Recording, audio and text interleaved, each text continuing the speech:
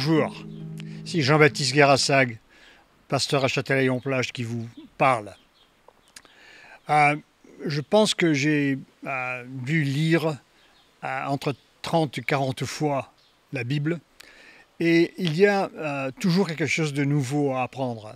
Et une des nouvelles choses que j'ai pu non seulement revoir, mais mieux comprendre, sont ces passages dans les évangiles synoptiques, Matthieu, Marc, Luc et Jean, qui parlent du début du ministère de Jésus. Et en fait, on remarque que Jésus vient pour annoncer la parole, mais sa prédication est accompagnée de puissants signes, guérisons et miracles. Et ensuite, on remarque aussi qu'il instruit les apôtres de faire la même chose. Et on voit dans l'Acte des Apôtres la même chose, les mêmes faits qui se déroulent. Et je pense que mon propos ici est d'essayer de convaincre l'audience de revenir à la méthode que Jésus a employée et aussi que les apôtres ont suivi.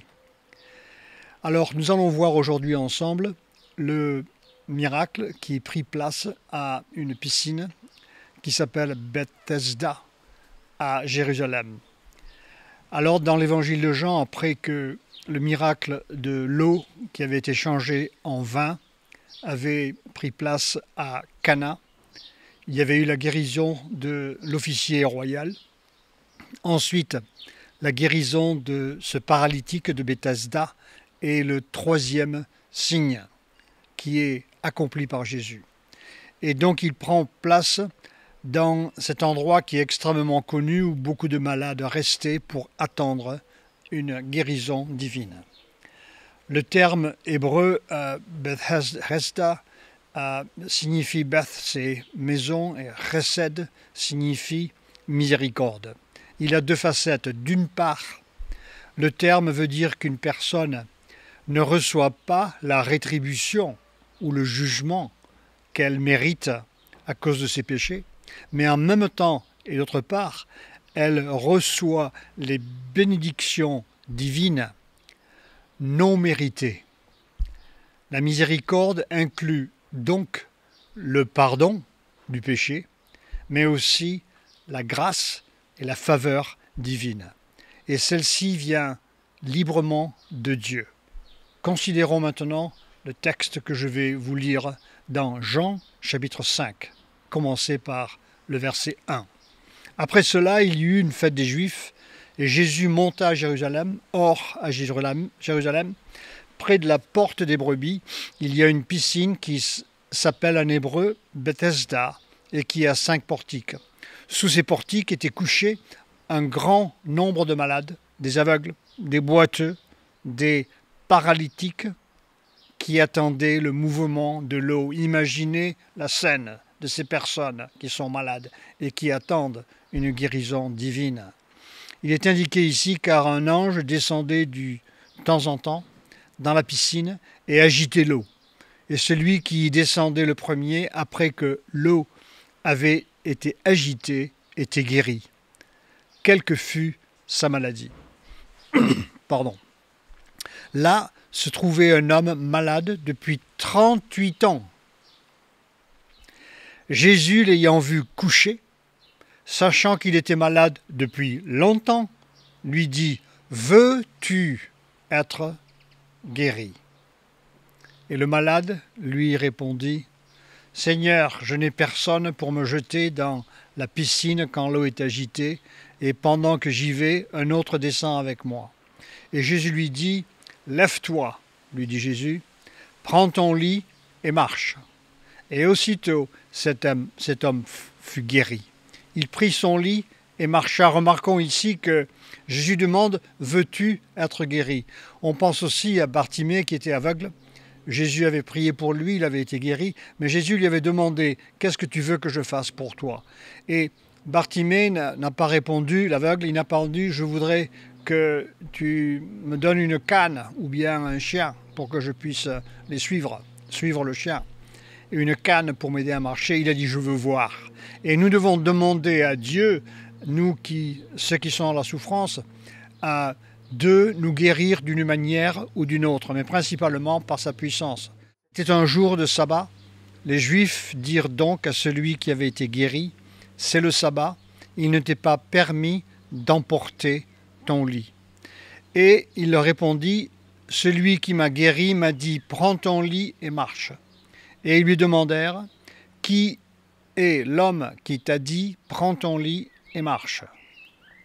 Mais celui qui avait été guéri ne savait pas qui c'était, car Jésus avait disparu de la foule qui était en ce lieu. Depuis, Jésus le trouva dans le temple et lui dit, « Voici, tu as été guéri, ne pêche plus, de peur qu'il ne t'arrive quelque chose de pire. » Cet homme s'en alla et annonça aux Juifs que c'était Jésus qui l'avait guéri.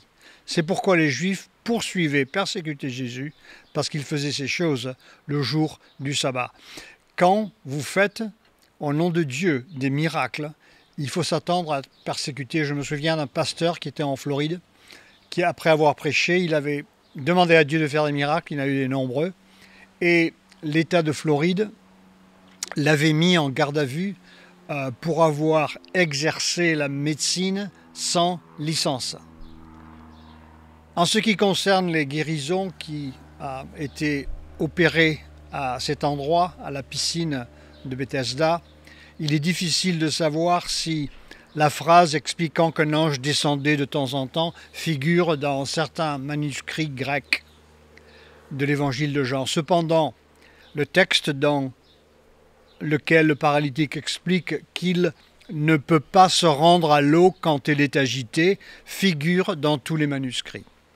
Cet endroit était donc connu pour les miracles et guérisons soudaines dont les gens parlaient. Il y a un moment choisi, précis, pour l'onction divine de Dieu, pour la guérison, et nous devons la chercher comme ceux et celles qui se tiennent prêts à plonger dans la piscine en premier. Nous devons aussi être toujours aguerris et aspirer au don et chercher les moments divins qui sont donnés par Dieu pour prier pour les autres, les moments où il y a une onction, le moment où Dieu nous accorde une foi que nous n'avons pas d'habitude. Mais il est nécessaire de vivre dans la prière, de vivre dans la Bible, de continuer à l'étudier et d'être à l'écoute de Dieu, de faire le point chaque matin, chaque soir avec lui pour savoir ce que nous devons faire. Et aussi être en contact avec les frères et sœurs qui aspirent aux mêmes choses. Et dans cette atmosphère, Dieu est plus à même d'agir. Ce paralytique avait la foi pour être guéri, mais il ne pouvait aller à l'eau assez vite. Il y avait beaucoup de malades autour de la piscine, et Dieu ne les guérit pas tous. À d'autres moments, avec Jésus et plus tard avec Pierre, dans Acte 5, les textes indiquent que tous les malades ont été guéris. Dieu opère comme il le souhaite sur peu ou bien sur beaucoup de gens qui sont guéris en son temps. Nous devons ainsi toujours nous tenir prêts à recevoir une guérison et aussi aspirer au fait que Dieu souhaite nous utiliser pour prier pour la guérison de quelqu'un d'autre par les dons du Saint-Esprit. Ceci se voit dans 1 Corinthiens chapitre 12 à 14. Le miracle ici est extrêmement puissant, car le malade, il est couché depuis 38 ans. C'est long. Mais le miracle est immédiat. Il ne se passe pas en un an, en 3 semaines, en une semaine, en un jour, il se passe instantanément. Il est commandé par Jésus sans que le paralytique ait à attendre l'agitation de l'eau dans la piscine. Je me souviens, c'était l'église dans laquelle j'étais converti avait une équipe de ministère où ils donnaient une formation. Et lors d'une conférence, il y avait peut-être 5000 personnes. J'étais dans l'équipe du ministère, nous étions peut-être une trentaine.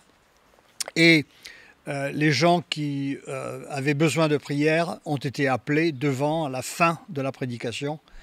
Et donc, il y avait peut-être une cinquantaine de personnes qui avançaient. Et il y avait une demoiselle qui avait peut-être 20, 22 ans.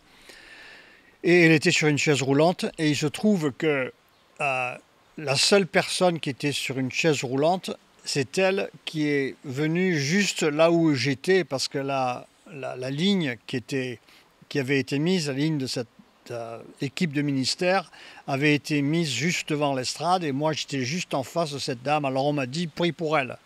Je me suis dit, si je prie pour elle que ça ne marche pas, je vais sembler être un imbécile. Mes prières ne sont pas efficaces. Alors j'ai beaucoup hésité. Je me dis, comment ça se fait que moi, je préférerais avoir une personne qui a mal à la tête ou qui a des migraines ou qui a un cancer ou quelque chose, parce que ça ne va pas se voir si ma prière n'est pas efficace. J'étais nouveau. Et donc, je suis allé derrière elle et j'ai regardé si quelqu'un me regardait et je l'ai touchée et j'ai demandé à Dieu de la guérir au nom de Jésus-Christ. Et après, je dirais 10-15 secondes, je suis venu devant l'estrade. Et tout à coup, cette femme s'est levée. Et après qu'elle s'est levée, elle a commencé à marcher. Et il y a eu une telle confusion avec l'équipe de ministère. Tout le monde s'est amassé autour d'elle et j'ai été poussé. Et j'étais couché sur l'estrade. Et j'ai levé la tête et j'ai vu cette fille courir. Elle a couru 3 fois autour de l'enceinte de l'église. C'était absolument incroyable pour moi. Et je me suis dit, j'ai vu ce que Jésus faisait. Jésus a fait quelque chose aujourd'hui, en 1984, à Anaheim, en Californie, qu'il avait fait à Jérusalem, à Bethesda. Jésus est le même hier, aujourd'hui et à jamais. Et j'ai réalisé à ce moment-là, l'Église l'a oublié. L'Église ne le fait plus, alors que cela est disponible aujourd'hui. Et il est encore. Je me souviens, en 85, j'étais aussi à une autre, cette fois-ci dans un stade, dans la Nouvelle-Orléans, et c'était un pasteur qui prêchait, qui s'appelle Reinhard Bonnke. Certains d'entre vous le connaissez. Et il a prié en général pour les malades. Et il y avait une femme qui était à 5 mètres de nous. Il a prié pour les aveugles. Et cette femme avait un œil avec lequel elle ne voyait pas. Et je pouvais bien le témoigner parce qu'elle était à 5 mètres de nous. Et cette femme, tout à coup, se met à pleurer et elle a dit à son mari, je vois, avec mon œil gauche, je vois. Et son œil gauche s'est ouvert. Et je me suis dit, ah purée, il y a vraiment de la foi ici. C'est incroyable de voir cela. Aujourd'hui, cela se passe. Et parce que j'étais donc à cet endroit, j'ai été vraiment encouragé ce jour-là. Et j'ai vu aussi une femme qui était je me souviens, l'avant-dernière rangée, qui était dans une chaise roulante, qui à un moment donné s'est levée et qui a marché. Et c'était comme du temps des apôtres. Et cela est le souhait de Dieu pour aujourd'hui. J'avais une collègue au travail de ce temps-là qui m'a dit, écoute, on parle de cela, mais ma mère est allée dans une conférence d'une certaine Catherine Kuhlman et elle voulait voir si les guérisons existaient. Et quand elle est allée au culte, rien ne s'est passé avec elle. Mais quand elle est allée se coucher le soir, cette dame avait plusieurs verrues dans son pied qui avaient complètement disparu. Alors sa fille m'a dit, tu sais, ma mère ne croyait pas du tout, mais ses verrues sont parties. J'ai dit, ah ça c'est incroyable. J'étais en Haïti plus tard, au début des années 90, et j'avais commencé à aider un pasteur là-bas qui prêchait en fait sous un manguier et qui avait commencé à prier aussi pour les malades. Il m'avait demandé de l'aider. Et je me souviens, après avoir vu toutes ces choses auparavant, je me suis dit, on va faire la même chose ici. Et pendant une semaine, pendant 8 jours exactement, j'ai prié pour toutes les personnes qui venaient, j'ai prié pour leur maladie. Et il n'y a eu absolument aucune guérison. Et le dernier jour, j'ai demandé à Dieu, écoute, tu existes, tu as fait ces choses, tu les fais aujourd'hui, fais-le aujourd'hui avant que je parte. Et il y avait une des dernières femmes pour laquelle j'ai prié, avait des migraines chroniques très intenses. Et quand j'ai prié pour elle, cette femme a indiqué que ses migraines étaient complètement parties. Et ce qui est, elle a commencé à parler en créole et elle est partie dans le quartier pour dire aux gens ce qui s'était passé. Et tout à coup, les gens sont sortis du quartier comme des fourmis et sont venus pour recevoir la prière. Et j'ai réalisé en regardant les textes des évangiles que c'est ce qui se passait avec Jésus. Il y avait une vraie guérison et les gens le disaient à ceux qui leur étaient proches et parce qu'ils voulaient qu'ils soient aussi guéris. Alors ces gens sont sortis. Et tout à coup, après 2-3 minutes, il y a eu une forte pluie qui est arrivée et il y a un conducteur de bus qui est arrivé avec son propre bus et il nous a demandé de prier pour le bus. Et nous avons prié pour le bus. Il y avait tellement de pluie, on est rentré dans le bus et il nous a ramenés à la maison. Mais ce jour-là, j'ai décidé de revenir en Haïti, à cet endroit où il y a eu en fait un réveil.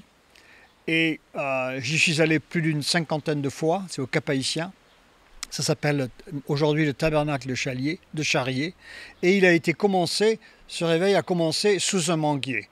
Et aujourd'hui, il y a un immeuble qui contient à peu près 20 000 places. Mais cette chose a commencé principalement avec une prédication qui était efficace, mais principalement avec des guérisons et des miracles. Quand je suis revenu, la deuxième fois que je suis allé là-bas, j'ai vu une dame qui est venue me voir et qui s'appelle Marie-Lourde Désir. Et elle m'a dit, Pasteur Guérassac, je vous ai vu dans un songe pendant la nuit et vous étiez en train de venir des États-Unis et vous avez mis votre main sur moi, sur ma tête, et j'ai été guéri. Alors, elle a pris ma main et elle a mis sur sa tête.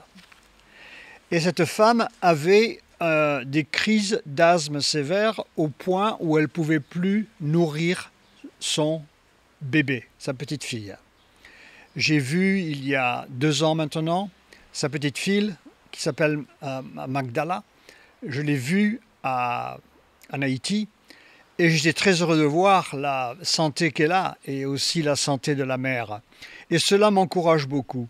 J'ai aussi vu que Marie-Lourde et sa fille ont été impliquées dans nombre de groupes de prière, d'évangélisation, etc.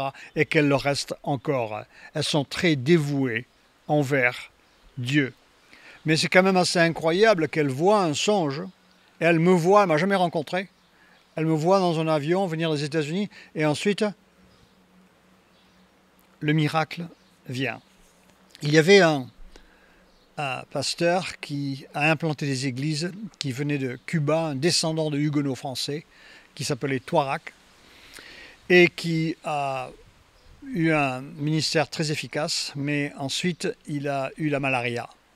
Et il avait un associé pasteur haïtien qui s'appelait Bélisaire. Et ayant été gravement affecté par la malaria, un jour, il se trouvait qu'ils étaient juste à un cimetière, assis sur le mur du cimetière. Et ils ont dit, écoute, tu vas m'enterrer ici parce que je vais mourir. Et Pasteur Bélisaire a prié une prière très efficace. Et le pasteur Touarak était assis par terre et il a commencé à suer profondément. Et après 1 ou 2 minutes, il a senti que la maladie était partie. Il s'est levé, il a bu, il a mangé et il était complètement bien. Il a continué son ministère pendant 13 ans en Haïti, fondé nombre d'églises, mais il a aussi commencé le séminaire théologique de Port-au-Prince qui a formé des milliers de pasteurs en Haïti. Nous savons aussi que dans le passé, les miracles n'ont jamais cessé. Vous prenez l'exemple de Martin Luther, vous pouvez le vérifier dans différents livres, qu'il avait prié pour un collègue qui s'appelait Mélenchon. C'est pas Mélenchon. Il était soit sur le point de la mort, ou bien il était mort, selon Luther. Et Dieu l'a ramené à la vie. Vous avez entendu parler peut-être de prédicateur John Bost. Il est né en 1817, décédé en 1881, dans l'histoire de l'Église des Frères. Il dit ceci: « Il est prouvé par les faits et les Écritures que ces dons continueront toujours là où il y a la foi et ils n'en seront jamais détachés.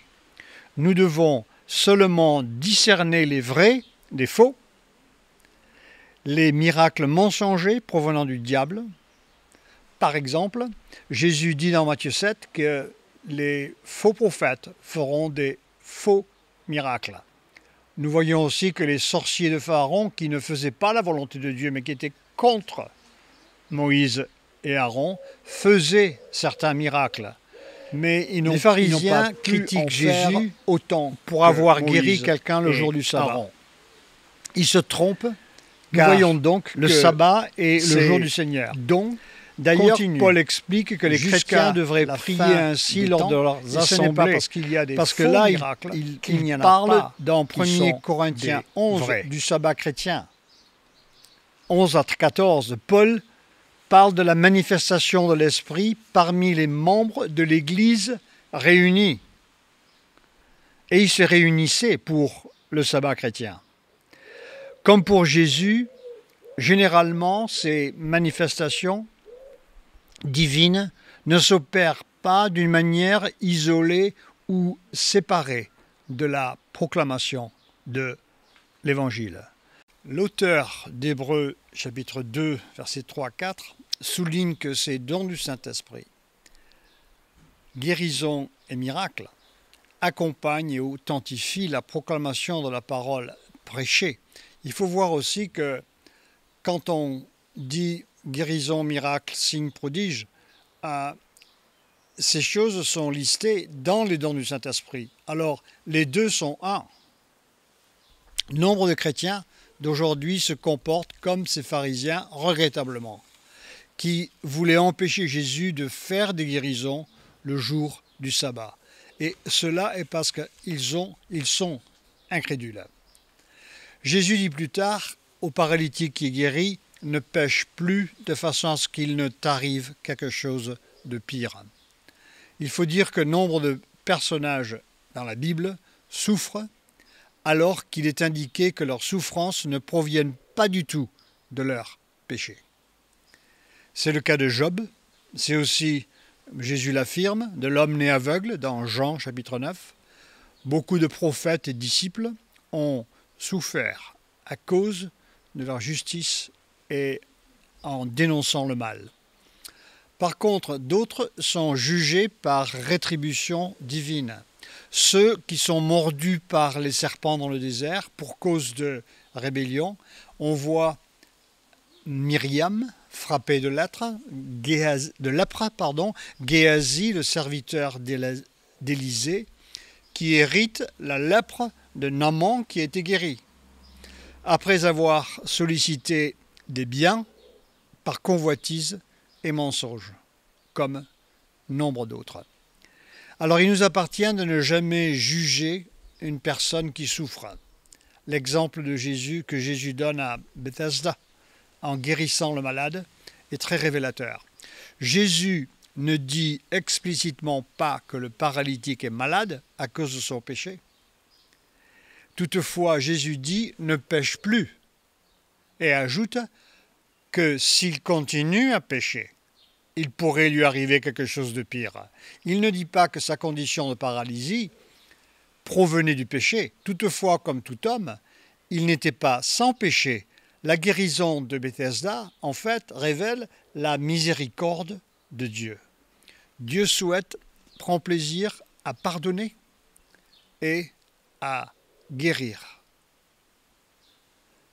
Le pardon n'est pas mérité, et comme dit Paul dans Romains chapitre 4, versets 5 à 8, je vous lis. Et à celui qui ne fait point d'œuvre, mais qui croit en celui qui justifie l'impie, sa foi lui est imputée à justice. De même, David exprime le bonheur de l'homme à qui Dieu impute la justice sans les œuvres. Heureux ceux dont les iniquités sont pardonnées et dont les péchés sont couverts. Heureux l'homme à qui le Seigneur n'impute pas son péché. L'apôtre Paul, qui lui était vraiment un malfaiteur pour sa persécution des chrétiens, cite David, qui lui était évidemment un chrétien, mais qui avait sombré, qui avait chuté dans l'adultère et le meurtre. Mais il vient se repentir et il vient dire « Heureux ceux dont les iniquités sont pardonnées, dont les péchés sont couverts. » Et là se trouve la bénédiction de quiconque qui puisse écouter aujourd'hui, qui est à l'antenne, et qui entend ces paroles et qui a été troublé par nombre de péchés, qui est tombé dans le péché, ou qui est encore peut-être même dans le péché. Sachez que si vous venez à la repentance, la miséricorde de Dieu va venir vous atteindre et vous pouvez être complètement pardonné de vos fautes. Et vous allez devenir blanc comme la neige. Vos péchés vont être séparés aussi loin que l'est et de l'ouest. Et ils vont être enterrés au fond de la mer.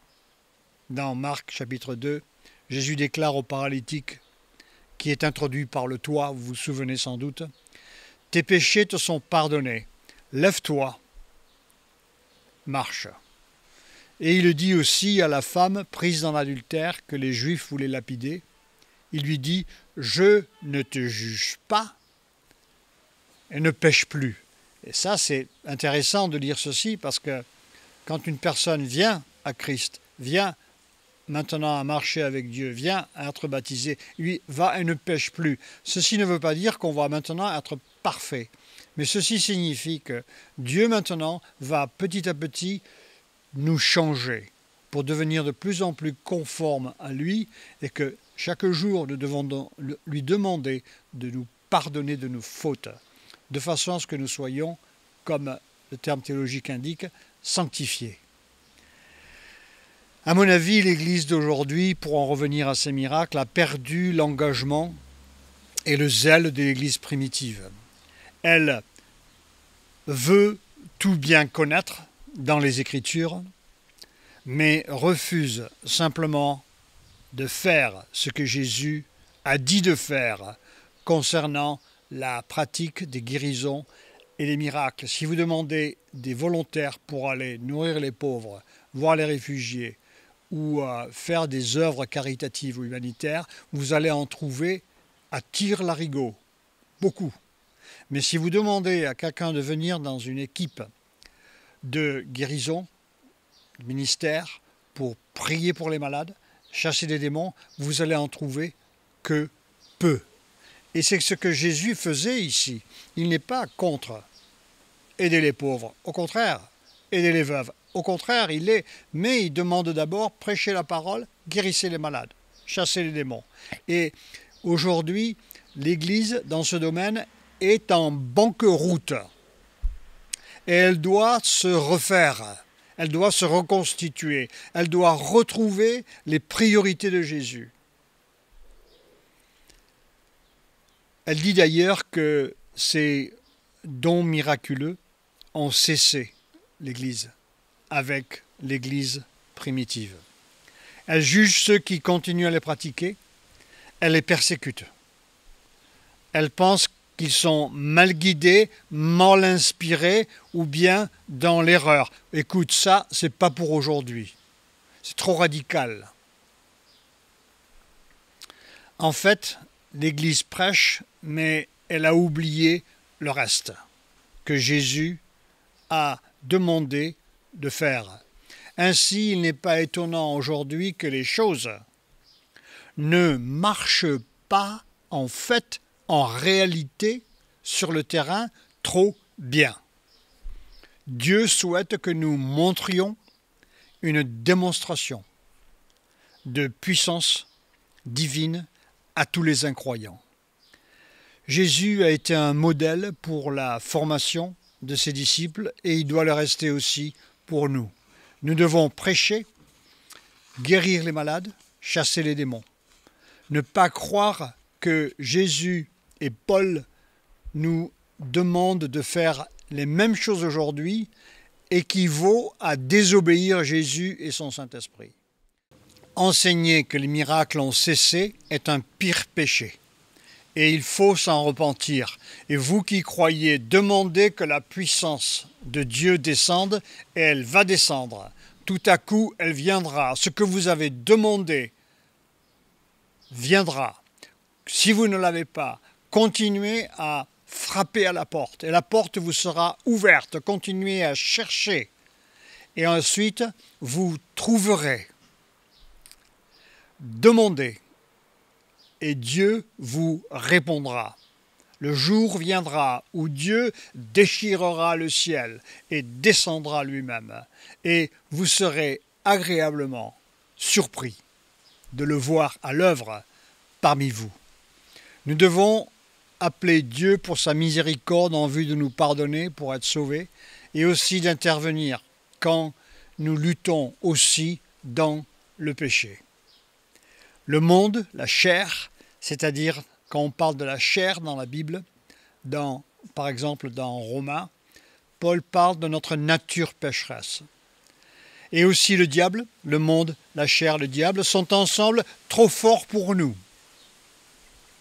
Nous devons faire appel à sa miséricorde, à sa puissance, à son amour, sa grâce pour qu'il intervienne. Comme le miracle de Bethesda, le but ultime des miracles est de convaincre que Jésus est en fait le Fils de Dieu. De façon à ce que ceux qui croient aient la vie éternelle.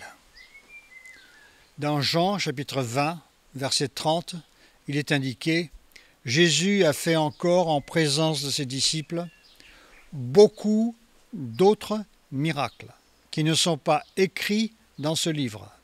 Mais ces choses ont été écrites afin que vous croyiez que Jésus est le Christ, le Fils de Dieu, et qu'en croyant, vous ayez la vie en son nom. » Seigneur, je prie maintenant pour l'audience qui écoute aujourd'hui et je prie que tu la remplisses de foi.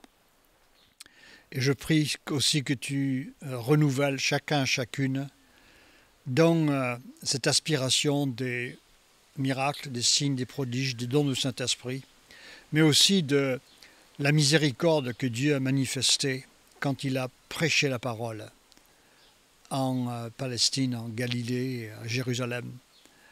Que ces miracles, en fait, pointent sur l'unique, le vrai, le seul chemin qui nous mène à la vie éternelle. Et je prie, Seigneur, que tu puisses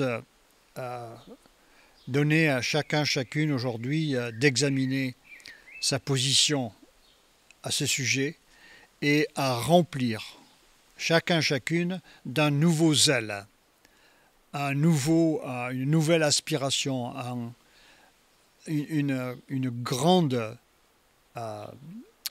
recherche de voir ces choses arriver de nos jours et que rien de faux enseignements, des erreurs, des découragements, persécutions, des anciens échecs, des anciennes déceptions puissent les empêcher d'avancer en ce sens. Je prie ces choses au nom de Jésus-Christ. Amen.